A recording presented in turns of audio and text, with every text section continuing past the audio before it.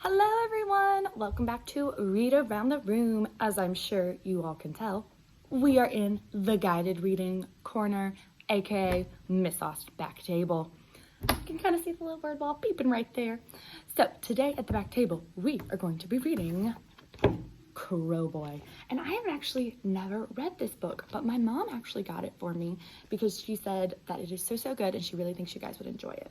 Also, this book has a library card in it. I know you guys have no idea what those are, but when you used to go to the library, you didn't just scan your books out. You had to write your name on a library card. So that is like ancient in this book. So you know this book is pretty old. So we're going to be reading Crowboy today by Taro Yashima. And this is a Caldecott Honor book. And if you know what the Caldecott Award is, make sure you let me know by sending me a message on Remind or an email.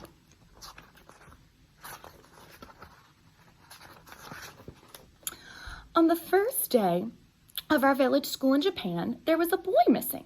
He was found hidden under a dark space underneath the schoolhouse floor. None of us knew him. He was nicknamed Chibi because he was very small. Chibi means tiny boy.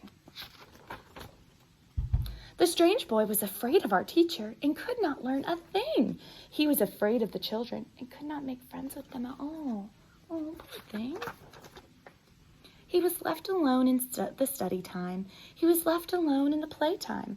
He was always at the end of the line, always at the foot of the class, a forlorn little tag-along. Soon, Chibi began to make his eyes cross-eyed so that he was able to not see whatever he did not want to see. So he would cross his eyes so he couldn't see, like, the sad things around him. Poor thing. And Chibi found himself many ways one after another to kill time and amuse himself.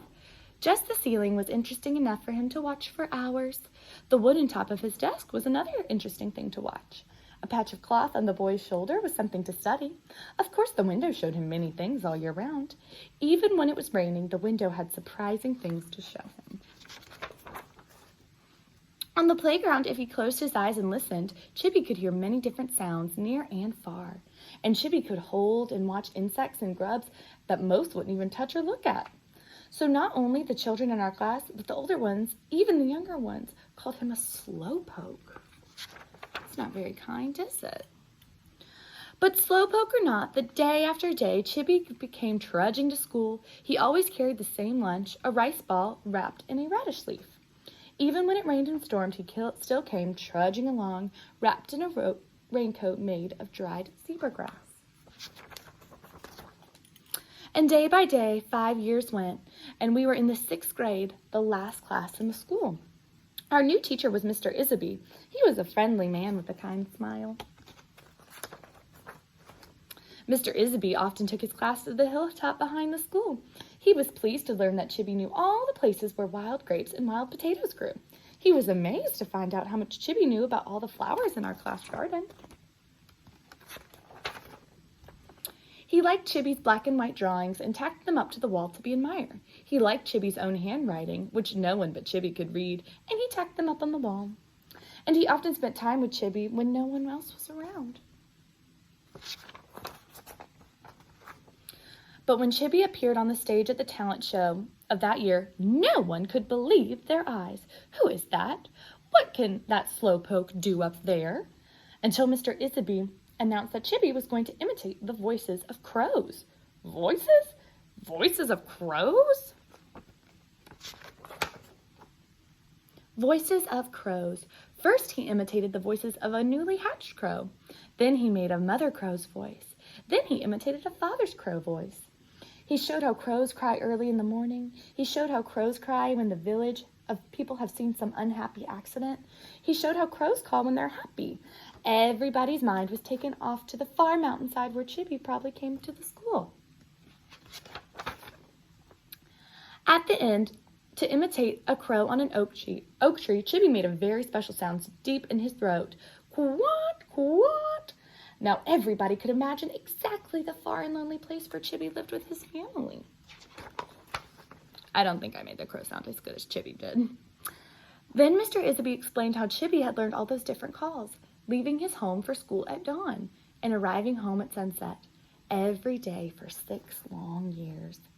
Every one of us cried, thinking how much we had been wrong about Chibi all of those long years. Even grown-ups wiped their eyes, saying, yes, yes, he is wonderful. Soon after that came graduation day. Chibi was the only one in our class honored for perfect attendance throughout all 6 years. After school was over, the big boys would often have to do work in the village for their families. Sometimes Chibi came to the village to sell charcoal he and his family made. But nobody called him Chibi anymore. We called him Crowboy. Hi, Crowboy. Crowboy would nod and smile as if he liked the name. Then when his work was done, he would buy a few things for his family. Then he would set off for his home on the far side of the mountain, stretching his growing shoulders proudly like a grown-up man. And from around the turn of the mountain road would come a crow call, the happy one.